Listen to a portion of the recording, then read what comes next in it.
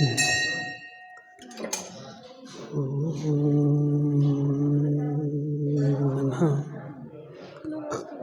सिद्धेभ्यः।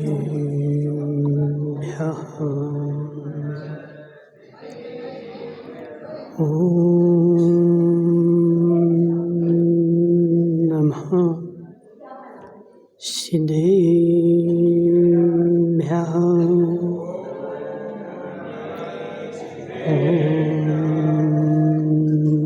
नमः सिद्धेभ्यः।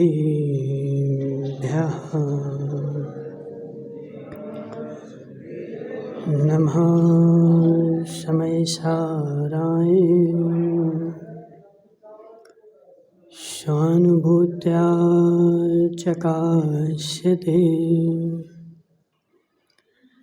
चिदस्वभावाय भावाय सर्वभावान्तरच्छिदे अनन्तधर्मणस्तत्त्वं पश्यति प्रत्यगात्मना अनेकान्तमयी मूर्ति नित्यमेव प्रकाशिता। नमो अरिहन्ताणं नमो सिद्धाणं नमो वायरीयाणं नमो अज्ञायाणं नमो लोये सब्बिसाहुरम्।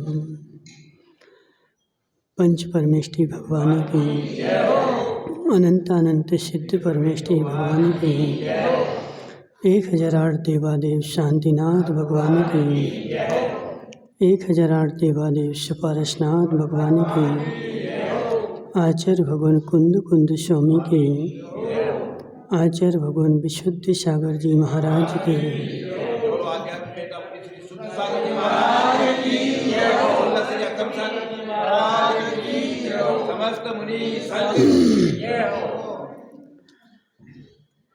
यहाँ पर चर्चा चल रही थी असंयम, संयम और फिर लास्ट में फिर असंयम। इसकी अपन चर्चा कर रहे थे कि लास्ट का जो असंयम है, उस लास्ट के असंयम पर पहुंचना हमारा लक्ष्य है और उस पर पहुंचने के लिए हमारा पुरुषार्थ है। उस पर एक बार पहुंचने के बाद लौट के नहीं आया जाता। धर्मचंद जी शास्त्री, जब तक लौट के आना है तब तक बीच की अवस्था है। लास्ट की स्टेज पर पहुंचने के बाद फिर लौट के नहीं आते। धर्मचंद जी शास्त्री, जब फांसी की सजा होती है तो पूछते हैं पहले, तुम्हारी कोई आखिरी इच्छा है? कोई आखिरी इच्छा हो तो अभी बता दो, फंदा गले में जाएगा फिर कुछ नहीं होने वाला है। ऐसे है जीव, तू असंयम में खूब रहा और असंयम में लीन रहा, फिर तू संयम में आ गया। संयम से असंयम में पहले वाले असंयम में जाने का रास्ता है। धर्मचंद जी शास्त्री, संयम में जीव कितने साल तक रहेगा? संयम में जीव कब तक रहेगा? पूर्ण कोटि वर्षों तक रह सकता है। पदमचंद जी, संयम में जीव पूर्ण कोटि वर्षों तक रह सकता है, लेकिन संयम को पार करके जो असंयम आएगा उसमें मात्र अंतर मुहूर्त से ज़्यादा नहीं रह सकता है। इसलिए है जीव, अभी सोच ले तुझे पार करना है कि वापस जाना है। जब दीक्षा होती है तो एक बार पूछ लेते हैं, अभी भी मौका है, अभी भी मौका है धर्मचंद जी शास्त्री, अभी भी समय है, यदि तुम चाहो तो घर जा सकते हो,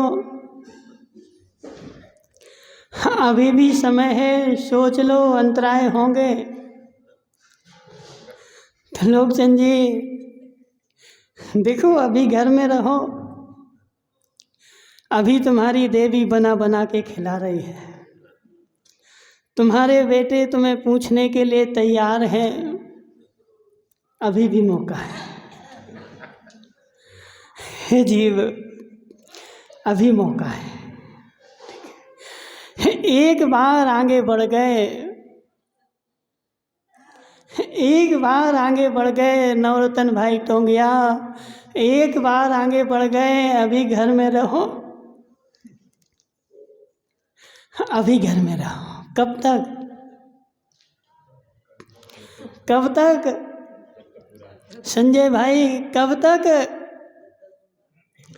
जब तक देवी की रोटी में आनंद आता रहे।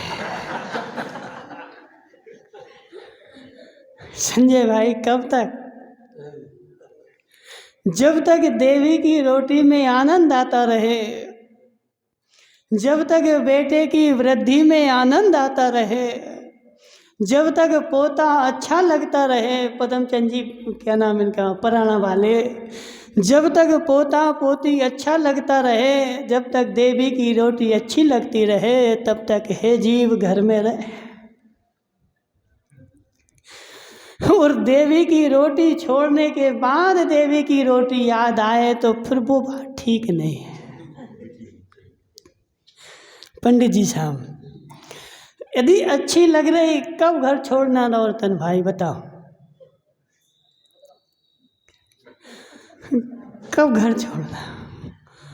जिस दिन देवी की रोटी खा खा के उगता जाओ, ठीक है ना। और वह देवी की रोटी अच्छी नहीं लगे और देवी अच्छी नहीं लगे, देवी के सामने जाने के बाद ऐसा लगे कि हे जीव, अब देखो क्या नाम है, संजय भाई, तुम्हारे बाजी बज गए, हाँ ना तो बोलो, हैं? बज गए? कितनी बार? एक ही बार बजी बस। हे जीव, एक जन तो एक बार तो सब जने गए थे बजवाने,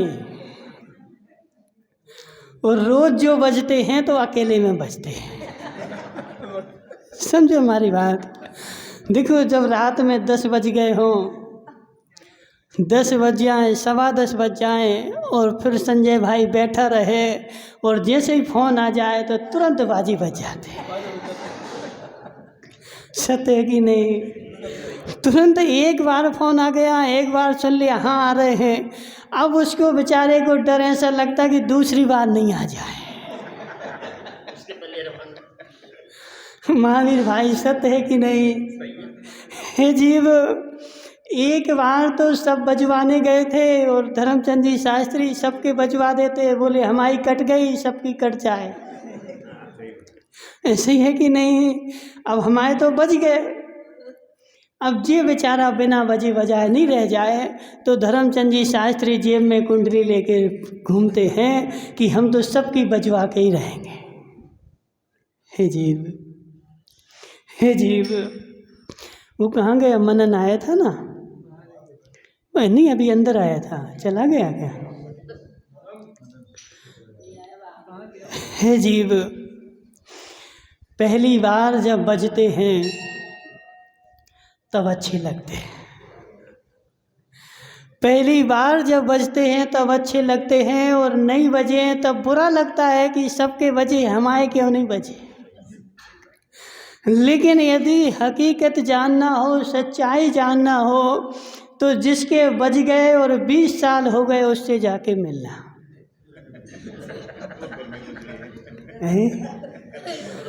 सत्य है कि नहीं?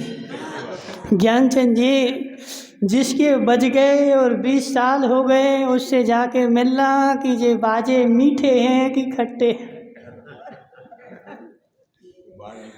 विमल जी, क्या नाम उनका, जोड़ी भाई विमल जोड़ी, कैसे हैं, मीठे हैं कि खट्टे हैं? अभी भी मीठे लग रहे हैं।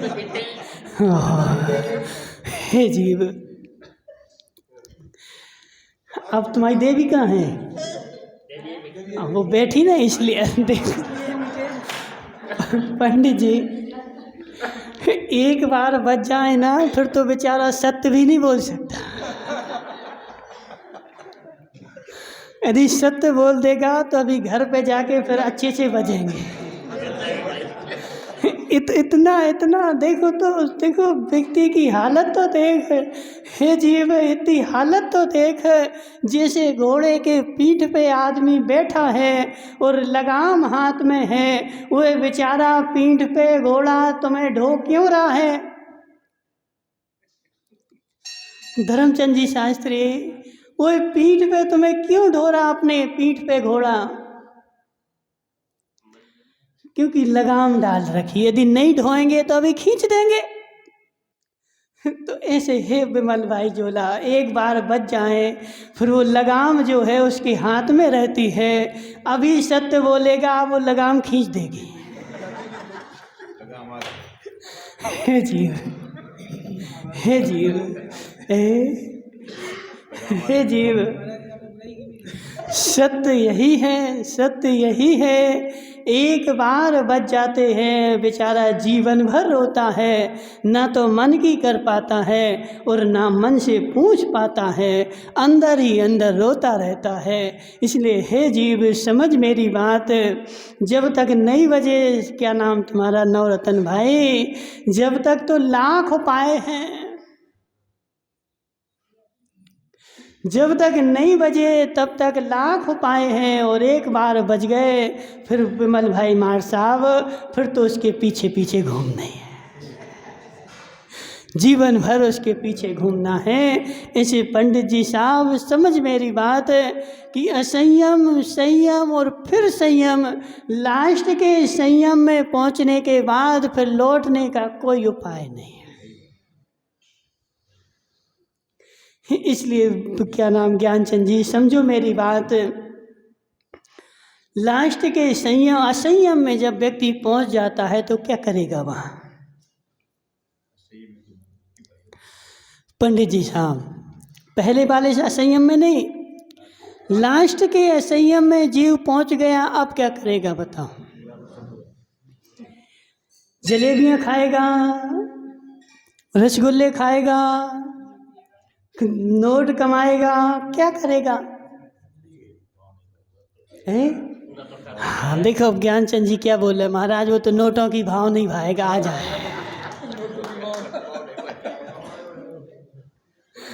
हे जीव, जितने नोट कमाना हो घर में रह के कमा ले, लास्ट के असंयम में पहुंचने के बाद संजय भाई वहाँ कुछ भी नहीं, कुछ भी नहीं, मात्र क्या है, हाथ पे हाथ धर के बैठना है, इसके अलावा कुछ भी नहीं। ना खाना, ना पीना, ना नाचना, ना गाना, ना भक्ति, कुछ भी नहीं। और उसमें पहुंचने के लिए तुम्हें संयम पालना पड़ेगा।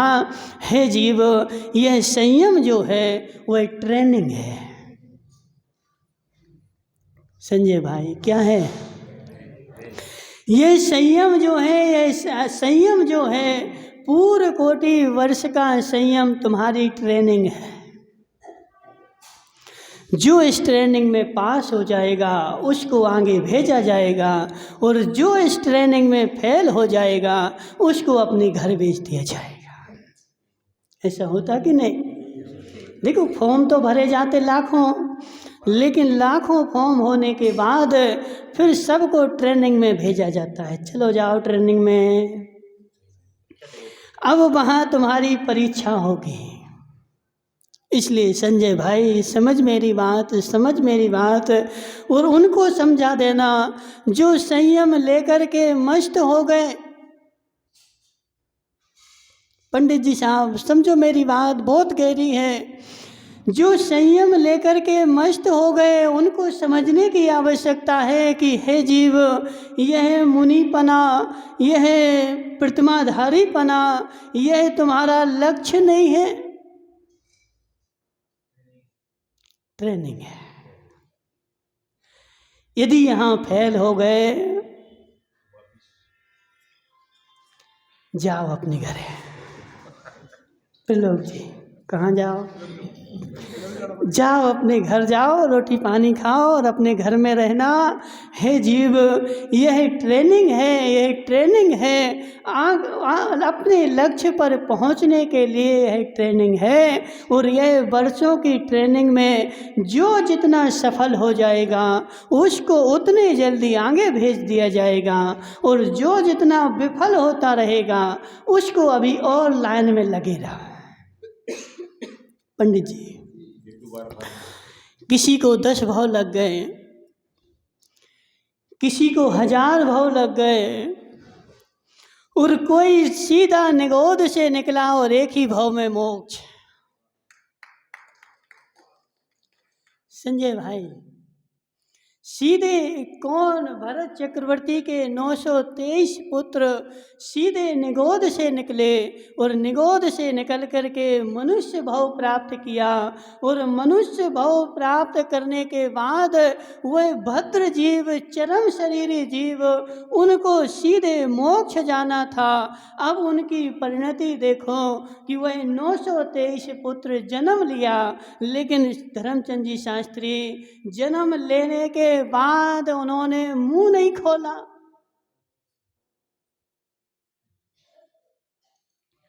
त्रिलोकचंद जी जन्म लेने के बाद उन्होंने मुंह नहीं खोला, कभी रोए भी नहीं, कभी हंसे भी नहीं, कभी बोले भी नहीं। 1-2 नहीं, 923 पुत्र, और जैसे ही चक्रवर्ती के, कोई आम आदमी के नहीं। अब धर्मचंद जी शास्त्री, तुम्हारा ऐसा नाती पोता हो जाए कि वो बोले ही नहीं तो क्या करोगे? डॉक्टर के यहाँ ले जाओगे कि नहीं? सारे डॉक्टरों को दिखाओगे। अब ये बताओ, चक्रवर्ती ने कौन से डॉक्टर को नहीं बुलाया होगा? हाँ बोलो, क्या बोला नीरज भाई?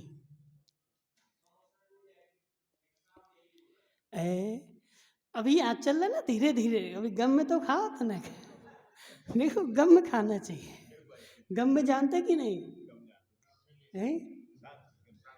गम में खाओ, बुंदेलखंड में बोलते गम में खाओ, गम में खाओ। गम में खाओ मतलब थोड़ी ठहरो, ठीक है, शांति रहो। तो उन बेटों ने किसी से कुछ बोला नहीं, किसी से कुछ कहा नहीं। अब उस चक्रवर्ती ने सारे 6 खंड के वेदों को बुला करके, बड़े बड़े डॉक्टरों को बुला करके, और उन बेटों को दिखाया कि देखो तो इनको क्या हो गया। चक्रवर्ती के बेटे सब डॉक्टरों ने बोला, महाराज इनको तो कुछ भी नहीं हुआ, सब बिल्कुल ठीक हैं, इनकी सारी नब्ज ठीक है, खून ठीक है, जिब्बा ठीक है, गला भी ठीक है। अब ना जाने कौन सा रोग है कि ये नहीं बोल रहे।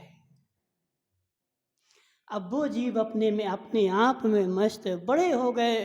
बड़े होने के बाद भी किसी से कुछ नहीं बोला, अंदर अंदर में, अंदर अंदर में अपना चिंतन मनन चल रहा था।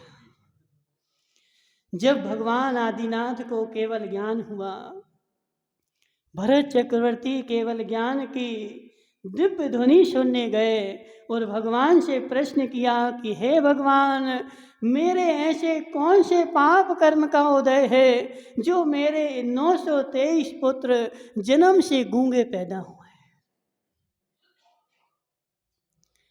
भगवान ने कहा, हे चक्रवर्ती, तुम्हारे पाप कर्म का उदय नहीं, तुम्हारे महान पुण्य कर्म का उदय है। तुम्हारे 923 पुत्र गूंगे नहीं है। अभी देखो, अभी बोलेंगे, अभी बोलेंगे। और जैसे ही भगवान की दिव्य ध्वनि खुली और वह 900 के 923 पुत्र खड़े हो गए। हे भगवान, मुझे दीक्षा प्रदान करो। जब जीवन में बोला तो पहली बार नंदलाल जी पहली बार बोला तो क्या बोला, मुझे दीक्षा प्रदान करो। जन्म से लेकर के और दीक्षा होने के पहले तक उन्होंने किसी से मुंह नहीं बोला। क्यों? इस संसार में मैं किससे क्या बोलूं,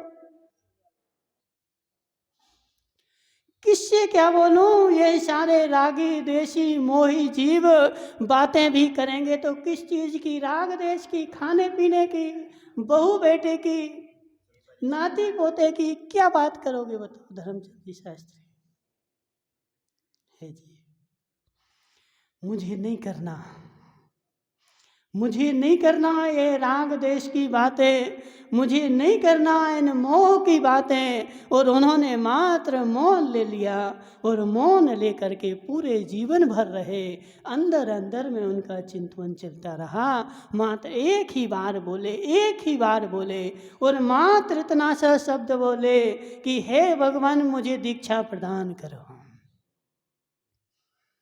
और दीक्षा लेकर के फिर मौन हो गए, फिर मौन हो गए।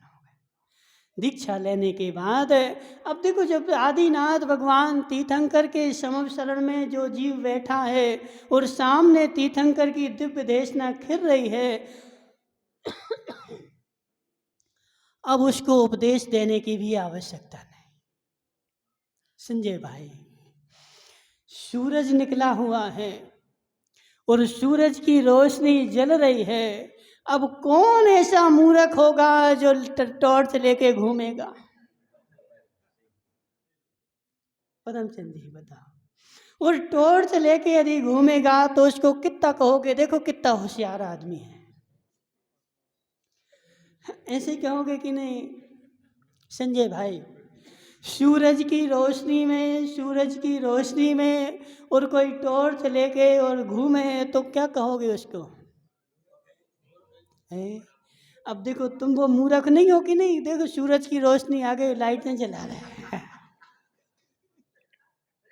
संजय भाई देखो, मूर्ख भी बोलोगे, प्रमादी भी बोलोगे, कसाई भी बोलोगे, सारी स्थिति देखो। त्रिलोकचंद जी ये तुम्हारा प्रमाद है। सूरज की रोशनी आ चुकी, अब इन लाइटों का उजाला खत्म हो गया और लाइट जल रही और हिंसा चालू है, हमारा प्रमाद चालू है। और उन लाइटों को जो जलना है उससे मुझे कर्म का आश्रय भी जारी है। पंडित जी सत्य है कि नहीं?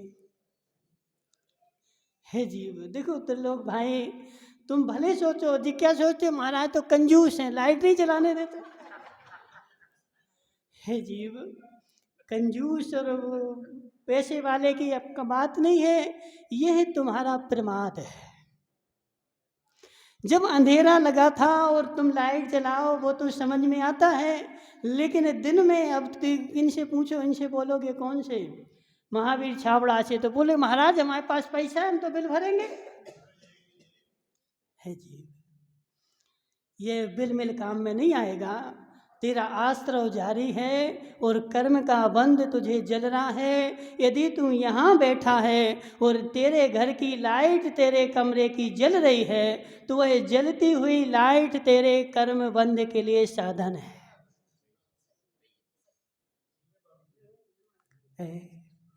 संजय भाई समझो मेरी बात, यदि तुम्हारे घर की लाइट जल रही और तुम यहाँ बैठे हो, अब संजय भाई बोलेगा महाराज हम चोरी थोड़ी कर रहे, हम तो बिल भर रहे।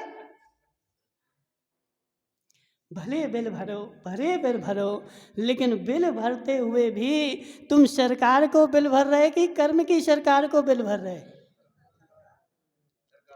किसको भर रहे? नोटों का बिल भर रहे कि विशुद्धि का बिल भर रहे?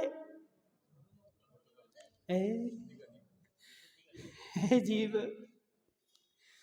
हमने तुम्हें देखो पहले भी बताया था कि दो सरकारें हैं। एक तो तुम्हारी मोदी की सरकार है, ठीक है ना, एक तो तुम्हारे मोदी की सरकार है पंडित जी, और दूसरी भगवान महावीर की सरकार है।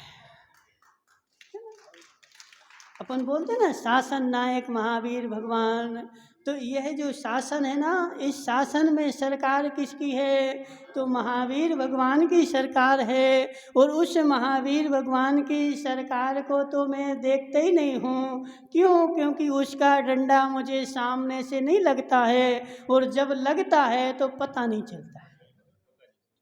संजय भाई समझो मेरी बात, 2 दिन से महाराज बीमार थे और आहार के लिए निकले थे, और सामने से कुत्ता चूहे को लेके आ गया था। कौन है वह कुत्ता और कौन है वह चूहा? पंडित जी साहब, कौन है वह कुत्ता और कौन है वह चूहा? है जीव, मैंने पूर्व पर्याय में, पूर्व भव में कभी उसके भोजन में अंतराय डाला होगा, उसका भोजन छीन लिया होगा, और वह जो चूहा है ना, उसके साथ भी मैंने कभी ना कभी अंतराय डाला होगा, और वह अंतराय इस भव में मुझे नहीं खाने देगा, वह सामने आके बैठेगा।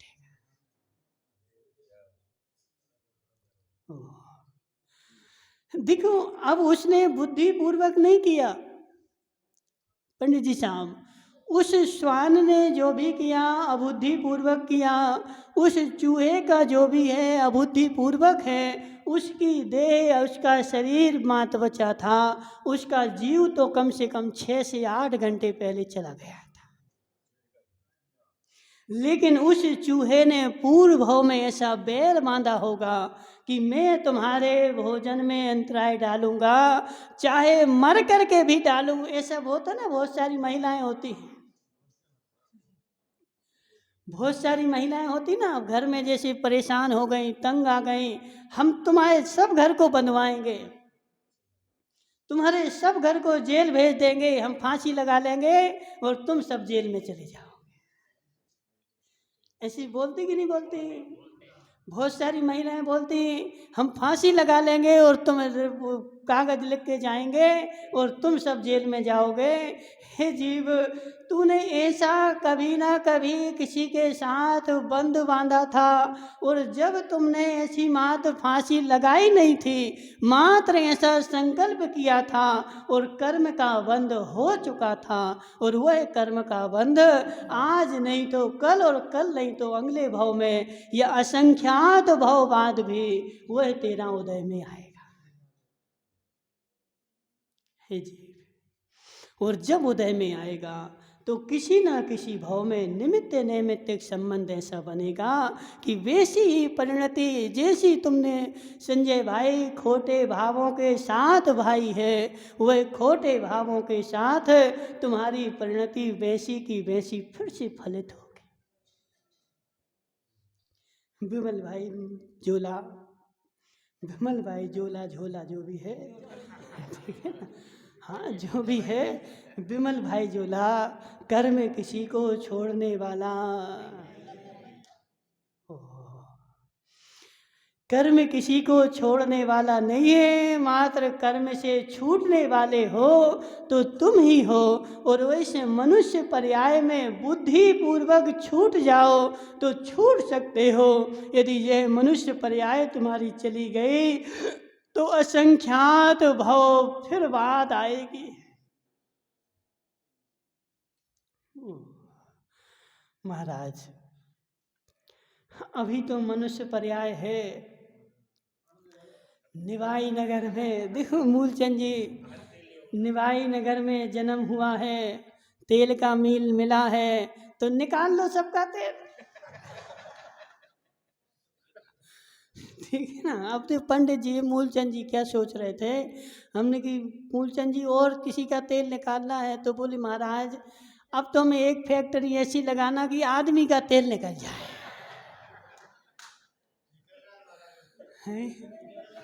आदमी को ले जाओ, उसके नीचे खड़ा करो, उसका तेल निकल जाए और भगा दो उसका। जैसे वो होता ना, एक वो तेल, एक वो मशीन होती ना आजकल, उस मशीन में दूध को ले जाते हैं और घी निकाल देते हैं और दूध पैकेट में बंद करके बेच देते हैं।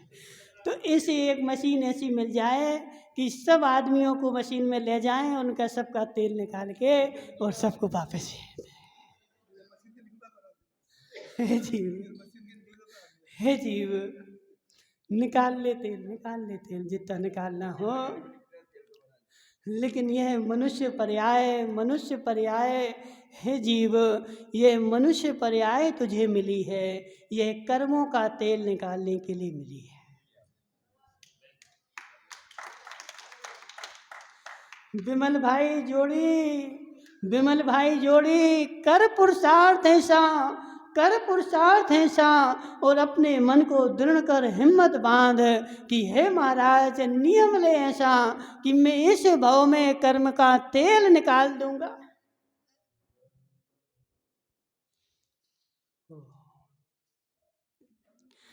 पंडित जी साहब कठिन है। सरसों का तेल निकालना आसान है, गेहूं का तेल निकालना आसान है, मक्के का तेल निकालना आसान है, मूंगफली का तेल निकालना आसान है, लेकिन कर्म तुम्हारा तेल निकाल रहा है। आज से नहीं, अनंत काल हो गए कर्म मेरे ऊपर हावी है, और जिस भाव में भी मैं जाता हूँ वह कर्म मेरा सारा तेल निकाल लेता है और मैं निकलवाता रहता हूँ। एक भाव में ऐसी हिम्मत बांधनी पड़ेगी पंडित जी साहब।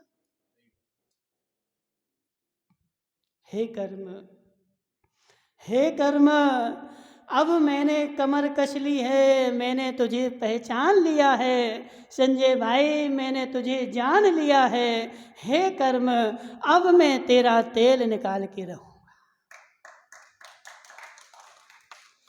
एक बार यदि उस कर्म का तेल निकल गया तो तू उस मात कहाँ जाएगा, तो सीधे सिद्ध शिला पे जाएगा। लेकिन जब तक उस कर्म के पास तेल रहेगा, तेल मतलब अनुभाग शक्ति, तेल मतलब उस कर्म की अनुभाग शक्ति जब तक तीव्र रहेगी तब तक वह तुम्हारा तेल निकालता रहेगा और तुम संसार में भटकते रहोगे। अब जी देखो न, देखो क्या नाम है, धर्मचंद जी शास्त्री, समझ मेरी बात, ये जो तूने बांध के रखा है ना, ये कर्म तेरा तेल निकाल रहा है।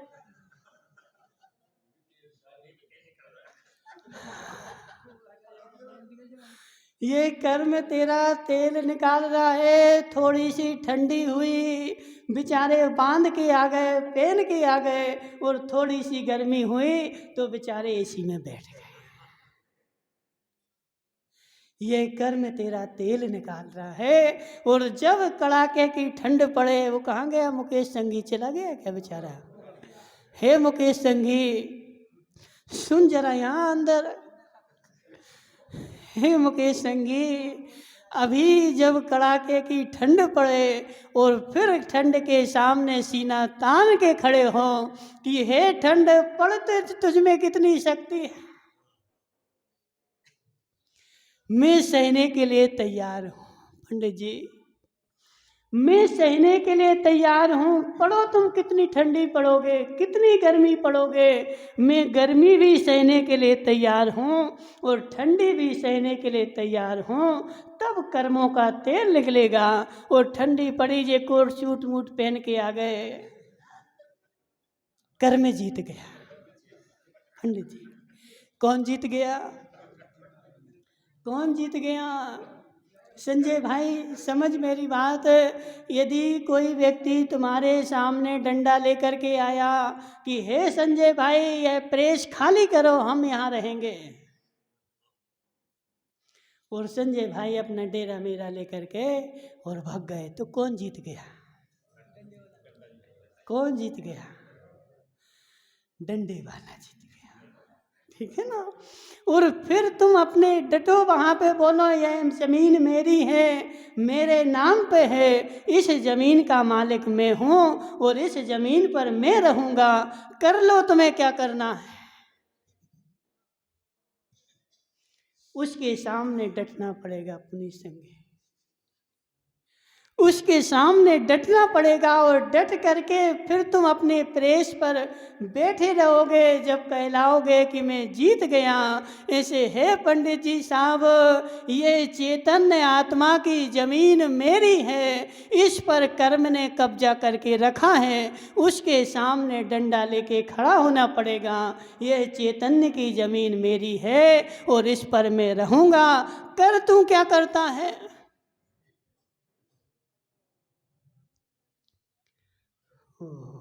हे जीव, टाइम तो हो ही जाएगा। एक दिन देखो धर्मचंद जी शास्त्री, टाइम तो हो ही जाएगा। ऐसे जी मखलर बांधे बांधे टाइम हो जाएगा और एक दिन यमराज आएगा कि चलो संग शास्त्री जी टाइम हो गया।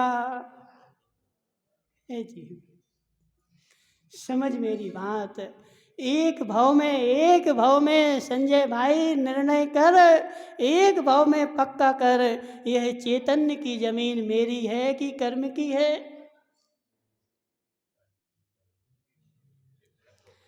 यह जमीन चैतन्य आत्मा मेरी है और इस पर कर्म ने अनंत काल से कब्जा करके रखा है और जैसा वह कहता है मैं वैसा करता जाता हूँ। थोड़ी सी ठंडी लगी और कर्म कहता है, आदेश देता है, औदिक भाव आते हैं, पहन लो बनियान। हे मुकेश संगी, पहन ले शादी का सूट, वह शादी में मिला था, पहन ले, ठंड लग गई तो बेचारा पहन करके और बांध करके और सब करके आ जाता है। किसने आदेश दिया, चेतन आत्मा ने कि कर्म ने। तेरा जो औदिक भाव था ना संजय भाई, औदिक भाव है जी। कौन सा भाव है, औदिक भाव उदय में आया। उसने बोला पहन लो सूट और सूट बूट पहन करके बेचारे आ गए। थोड़ी सी ठंडी लगी, थोड़ी सी गर्मी हुई, चलाओ एसी। तो लोग चलिए, एसी लगा कि नहीं लगा, एसी लगा है। हाँ है जी। तुम देखो जिसके घर में एसी लगा हो बेचारा सीना चौड़ा करके घूमता है, सीना चौड़ा हो जाता हमारे घर में। और चर्चा चले तो क्या बोलता, हमारे घर में 6 एसी है जी। जो बात शर्म की है, जिसमें तो अपना शर्म से सीना झुक जाना चाहिए, वह बातें बेचारा सीना खोल के बोलता है। 6 एसी लगे, हे जीव कितनी हिंसा कर रहा है, कितना पाप का बंद कर रहा है। अब तो लोग चंद जी देखो, एक बार विचार करो, एक बार विचार करो कि यदि तुम मनुष्य की जगह भैंस की पर्याय में होते तो तुम्हें कौन एसी लगाता। गर्मी लगती कि नहीं, गर्मी लगती कि नहीं। पंडित जी साहब देखो सत्य बताना, गाय रोड पे घूम रही, जो कोई बांधता नहीं है, उसको गर्मी लग रही कि नहीं, वो सहन कर रही कि नहीं। हे जीव, तुमने भी अनंत पर्यायों में किया है, लेकिन इस मनुष्य पर्याय में जब तुम्हारे कल्याण का समय आया, जब तुम्हें संयम लेने का समय आया, तो बेचारे ने जो सारे उपद्रव मचा रखे और सारे असंयम के सामान। देखो संयम लेना तो तभी सार्थक है जब असंयम के सामान सामने हो। नवरतन भाई देखो समझ मेरी बात, जब तुम्हारे घर में एसी हो, करोड़ों रुपए हों, अरबों रुपए हों और तुम सारी सामग्री खरीद सकते हो और फिर तुम कहो कि नहीं हमें चाहिए, तब वो तुम्हारा संयम कहलाएगा। और जिसके पास है ही नहीं और वो कहे कि हमारा त्याग, तो वो संयम नहीं है। त्रिलोकचंद जी समझो मेरी बात, जिसके पास सब कुछ है मूलचंद जी, वो कहे कि मैं एसी नहीं चलाऊंगा, तो उसका एसी नहीं चलाना तो संयम है। अब जिसके पास बेचारे के पास एसी है ही नहीं, अब उसका काय का संयम। मैंने अनंत पर्याय त्रियंच गति में बिताई, अनंत पर्याय नरक गति में बिताई और अनंत पर्याय देव गति में बिताई, और एक भी पर्याय में मुझे ऐसी नहीं मिला, लेकिन मैं शांति से रहा। लेकिन इस पर्याय में मिल गया तो मैंने अशांति मचा दी। हे धर्मचंद जी शास्त्री, कर्म के सामने खड़े हो, यह चेतन की पर्याय, यह चेतन की भूमि मेरी है और इसके ऊपर कर्म ने कब्जा करके रखा है और उससे लड़ना पड़ेगा। और जब उससे लड़ेगा और जीतेगा तभी तुझे वह भूमि मिलेगी और तू सिद्ध शिला में जाके बैठेगा। और जब तक उससे डर करके उसके अनुसार चलेगा तब तक तेरी जमीन